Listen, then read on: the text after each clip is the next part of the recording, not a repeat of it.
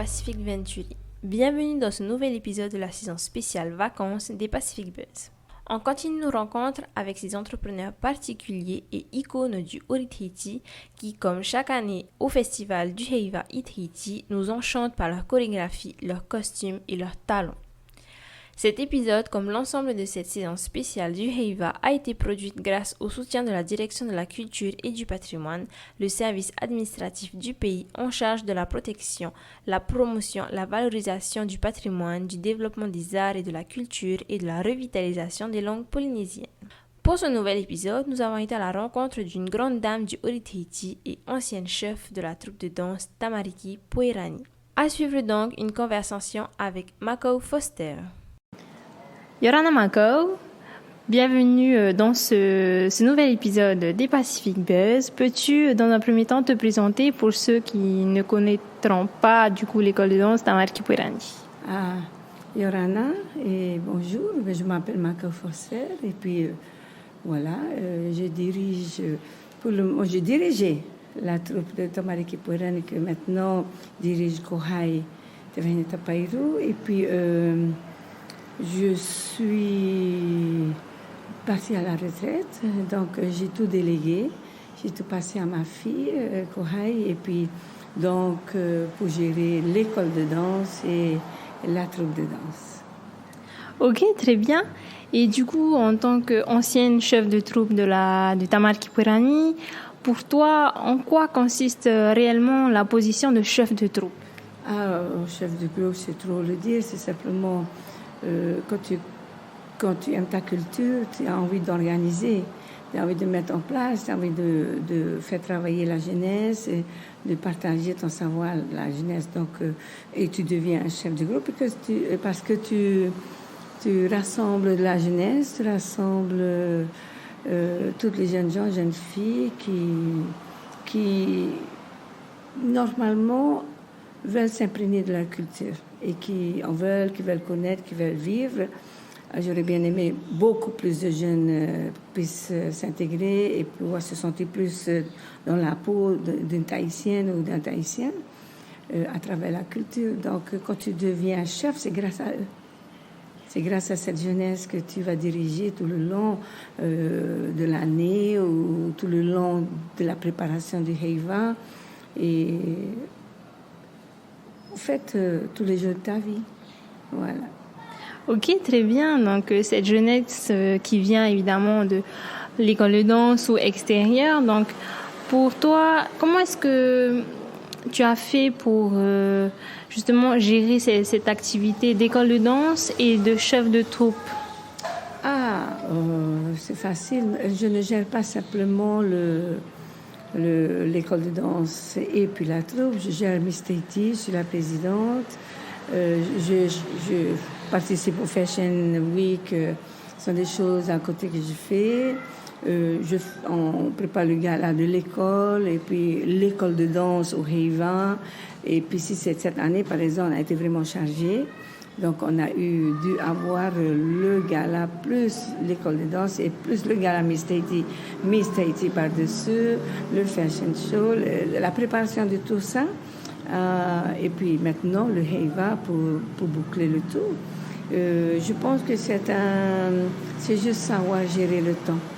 C'est juste savoir et puis une préparation bien précise. Je veux dire, tu sais, telle date, il faut que tu commences à telle date pour pouvoir bien préparer chaque programme que tu dois entrer. Bon, il faut être accompagné aussi. Il faut qu'il y ait un comité, un groupe de personnes, des personnes attitrées pour pouvoir venir en aide. Parce que ce que je fais tous les jours de ma vie, c'est pas facile. Et il faut beaucoup de temps, il faut beaucoup de personnes qui aguerris, justement, que je puisse donner les directions pour qu'ils puissent eux-mêmes s'accaparer du savoir et le faire à la suite. Et du coup, on peut donc dire que les chefs de groupe sont aussi, comme toute entreprise, des entrepreneurs. Bien sûr, bien sûr. Et c'est tout à fait cela, parce que c'est un métier comme tout autre, hein. Il y a par exemple, comme Miss Tahiti, c'est bénévole, mais ça fait partie de la jeunesse, donc il faut le faire. Sinon, qui va le faire? Bon, il y a tout un comité, mais alors aguerri aussi, des jeunes filles qui veulent savoir comment gérer, parce que c'est une question d'apprendre, de connaître, d'avoir des moyens pour toutes choses, parce que tu peux faire beaucoup de choses et si tu ne participes pas, ça ne vaut pas la peine. Donc, il faut trouver des personnes qui sont vraiment intégrées et puis qui veulent bien faire ce que nous faisons. Parce que c'est ça, en fait. C'est de pouvoir trouver des personnes qui veulent bien reproduire ce que nous voulons reproduire, peut-être au mieux. Et tu sais, c'est pas facile de le faire toujours après quelqu'un qui est connu et qui est passé, mais ils peuvent toujours apporter. C'est valoriser cette jeunesse parce que tu deviens ce que tu es grâce à eux. Parce que sans eux, tu es rien et sans toi, ils sont rien. Donc, vice-versa, c'est un partage continu et vital, quoi. C'est ça. Ok, très bien. Et du coup, au temps où tu étais chef de la troupe Tamariki Puerani, quelle était ta recette justement pour gérer toutes ces tâches, du coup? Oh là là, la recette, il n'y a pas de recette, parce que ça se fait sur le moment. Par exemple, si l'idée de faire, de produire, de mettre en place quelque chose, je l'écris. Et puis en écrivant tout ça, donc je définis, comme tu dis une recette, je définis que j'ai besoin de temps, combien de temps il va falloir pour justement arriver à mettre en place, par exemple, si je veux mettre en place un décor qui est bien élaboré, il faut que je m'y prenne bien en avant, trouver les plantes ou les niaous et toutes ces choses-là et récupérer d'ailleurs. Donc la préparation, je réunis quand même quelques personnes. Tu vois, j'ai dit, bon, écoute, venez là, j'ai une idée, j'aimerais bien mettre ça en place. Est-ce que vous voulez le faire? Et puis, si ce groupe-là n'est pas très intéressé parce qu'ils sont occupés, alors je regroupe encore d'autres personnes. Je dis, voilà l'idée que Tati veut faire. Est-ce que vous voulez bien participer quand tout le monde dit, OK, donc toi, tu vas me faire ça, ça, ça, toi, tu me fais ça, et ça. En fait, c'est ça. Je délègue, et puis après, ils reviennent vers moi pour me dire, non, ça, c'est comme tu voulais, ça ne, c'est pas bon parce que je pense que c'est ça. Alors, j'ai dit ici, si je te dis de faire comme ça, tu vas voir que l'idée que je t'ai donnée, ça va se faire. Ouais. Okay. Donc, il faut trouver les bonnes personnes et puis tu délègues, tu dis voilà ce que tu vas faire. Et chacun travaille. Et je reviens tout le temps vers eux. OK, maintenant, on va travailler. On va prendre toute cette journée pour travailler pour toi. Et toi, tu travailles de ton côté. Et toi, tu me montres ce que tu as fait. Et tu te dis, je travaille. Non, parce que peut-être il y a ça. Et pourquoi pas ceci, cela. Et puis, peut-être j'ai une idée. OK, va. Et tu reviens à ton idée. Et puis ici, pour la danse, voilà les appareillements, voilà ce que ça signifie, et fais-moi les gestes. Et quand ils arrivent, ils me font des gestes trop contemporains ou trop qui ne vont pas avec les paroles, j'interviens et je dis, la phrase dit ça. C'est comme ça que je prépare. Je trouve des personnes qui peuvent bien gérer chacun son travail. Comme par exemple, quand c'est Huguette Shelby, mais elle fait la couture, c'est elle qui prévoit le côté matériel et tout ça. Elle sait ce qu'elle a à faire. Ok, super. Et du coup, donc aujourd'hui, c'est Kohai qui a repris le flambeau. Mais je suppose que tu ne dois être toujours pas derrière elle. Il le faut toujours parce que c'est une présence qui est importante. Parce que c'est nouveau. Donc, je ne peux pas passer et la laisser faire tout seul. Il faut accompagner. Continuer à accompagner jusqu'à que elle aussi, elle soit aguerrie dans le domaine de chef et de gérer comment déjà imposer et donner des ordres et que tout le monde puisse suivre. Ça fait partie aussi de la recette. Hein? Tu sors de la recette, mais quand tu es le point de mire de la recette, tu dois savoir comment gérer tout ça. Mais toujours derrière. Toujours derrière. Tant qu'elle n'est pas encore aguerrie dans ce domaine en tant que chef, donc il faut toujours l'accompagner jusqu'à ce qu'elle prenne de l'assurance et que quand elle se lève devant tout le monde sait que c'est leur chef. Toi, c'est ça qu'il faut, c'est important. Pas juste une gamine qui veut gérer une troupe et qui n'a pas d'autorité. Ok, et du coup, c'est un peu ce qui te motive encore aujourd'hui à continuer dans la culture, dans la danse. C'est tout ça qui te motive? Oui, tout à fait. Ça me motive, alors que je serais bien contente de faire autre chose.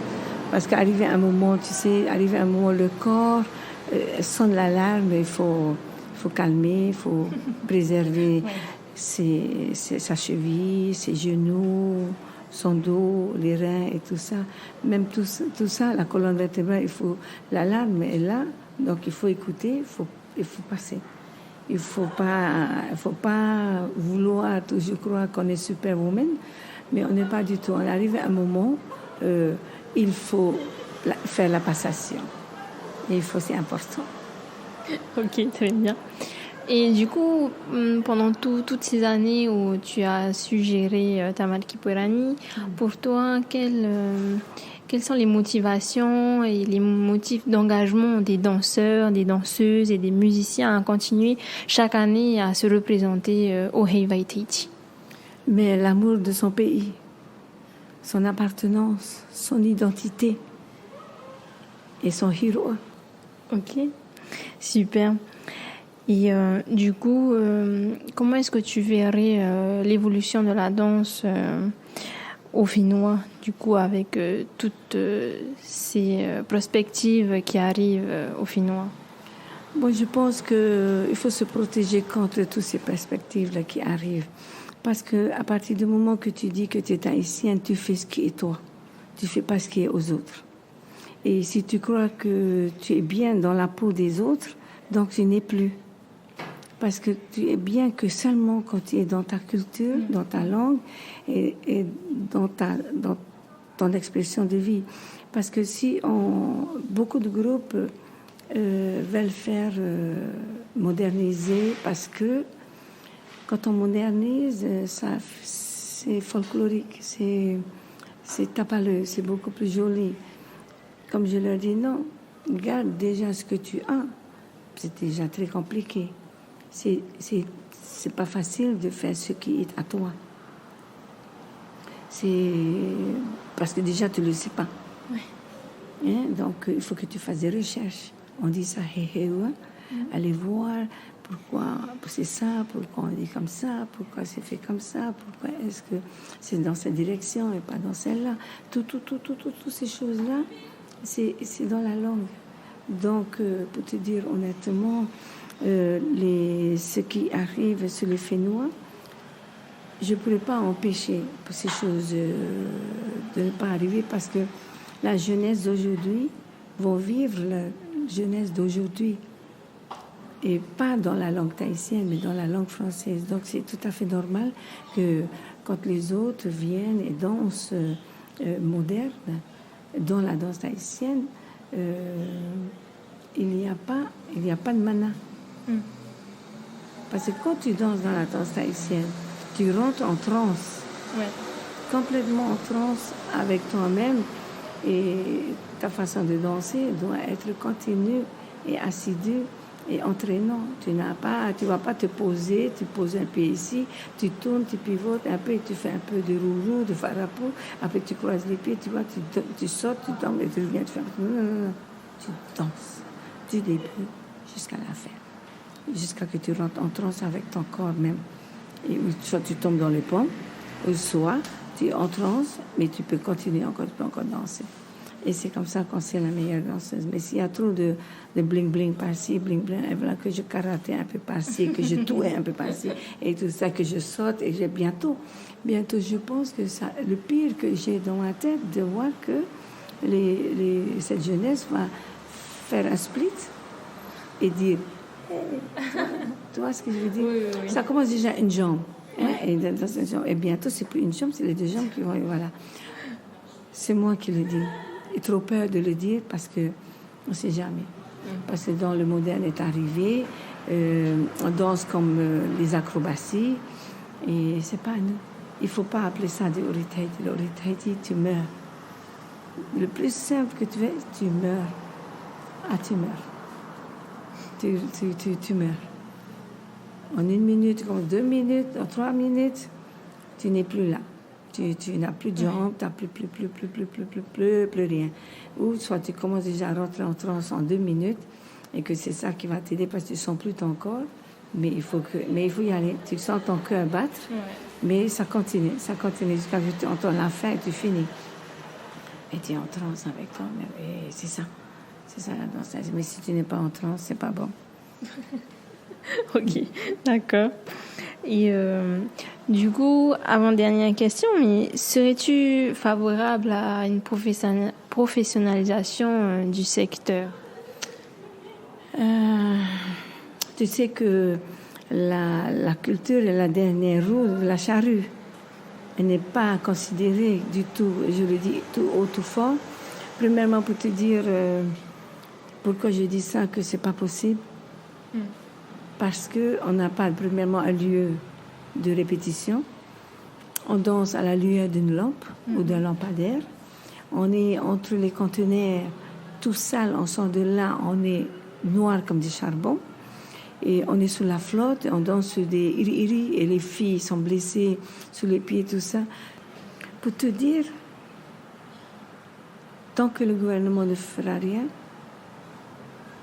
on pourra crier, aboyer, pleurer, gémir et tout ce que tu veux, et ils ne feront rien.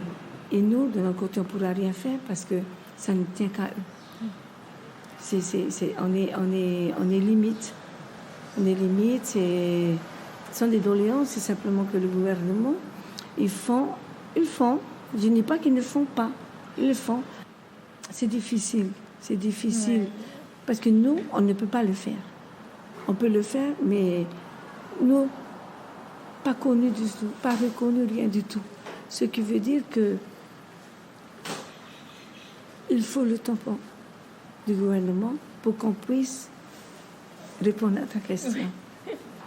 Ce que tu me poses, c'est faisable.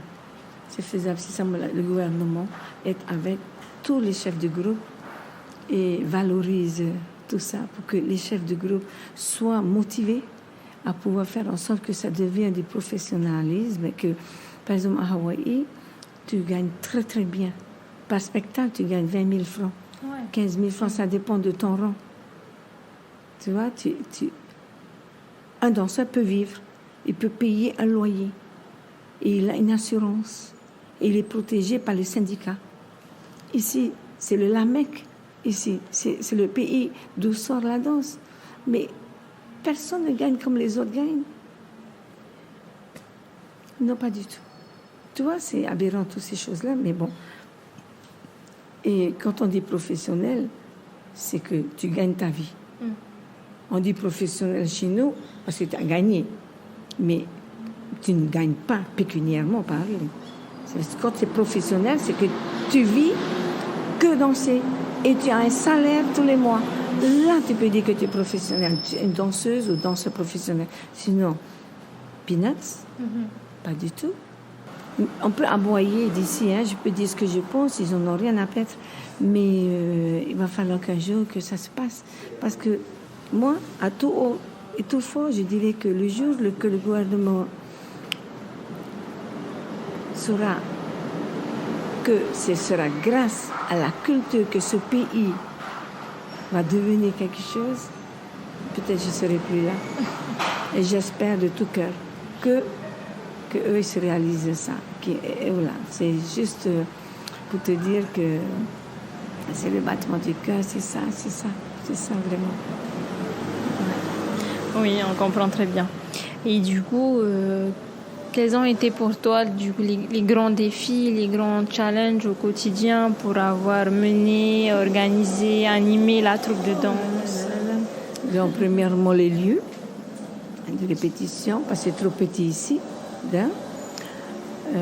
Deuxièmement, c'est l'argent. parce qu'il faut tout payer, c'est très cher, très cher. Et de plus en plus, c'est horriblement cher. Un pain qui coûtait 1500, maintenant 5000 francs jusqu'à 7000 francs. Un pain ça va détruire petit à petit, on ne pourra pas. Donc, on est obligé de commander en Amérique du pain au riz, déjà fait. Les coquillages, on est obligé de commander en Amérique parce que c'est moins cher. Voilà. Le moré aussi, il y en a qui commandent en dehors. Alors sinon, il faut faire des ventes de gâteaux, des galas, des recherches de fonds pour pouvoir aller au Heiva. Et si tu n'as pas ça déjà au départ et tu attends la subvention du gouvernement, tu ne vas jamais aller au Heiva. Parce qu'il faut d'abord un apport pécuniaire, il faut de l'argent pour acheter les morets, pour acheter les matières premières.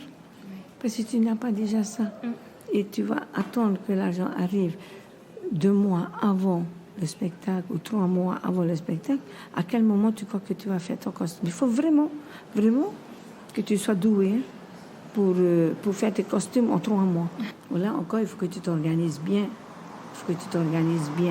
Tu dis que dans 2 ans, je vais aller au Heiva. Donc, tu fais des recherches de fonds, tu fais des petites danses, des petits trucs, des ventes, des tricots, tout ça. Tu économises et tu vois, on attend. Donc, on peut commander le moré. En attendant que le subvention arrive. Parce que si tu attends que c'est l'argent du gouvernement qui va t'aider à démarrer, tu peux pas. Va pas au Heiva. Ok, super. Du coup, on se quitte sur cette belle parole de fin. Merci Marco de nous avoir reçus aujourd'hui. Et bonne continuation pour toi et pour l'école et pour la troupe Tamat Kipuenani. Mais je pense qu'elle a une très longue vie. Elle va toujours apporter du nouveau, va toujours appeler une nouvelle génération. C'est une impression, hein?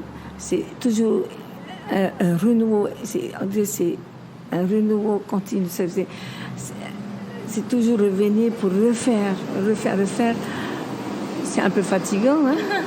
Mais je pense que c'est ça. Il ne faut pas être fou, il faut s'accrocher, sa culture. Et c'est ça qui me motive vraiment, c'est cette culture que j'aime, ce qu'on m'a enseigné, ce que je veux enseigner à d'autres que les parents n'ont pas su leur donner. Tu es quelqu'un quand tu parles ta langue, tu es quelqu'un quand tu connais ton histoire, tu es quelqu'un quand tu sais comment tu t'appelles. Voilà. Ok, merci beaucoup.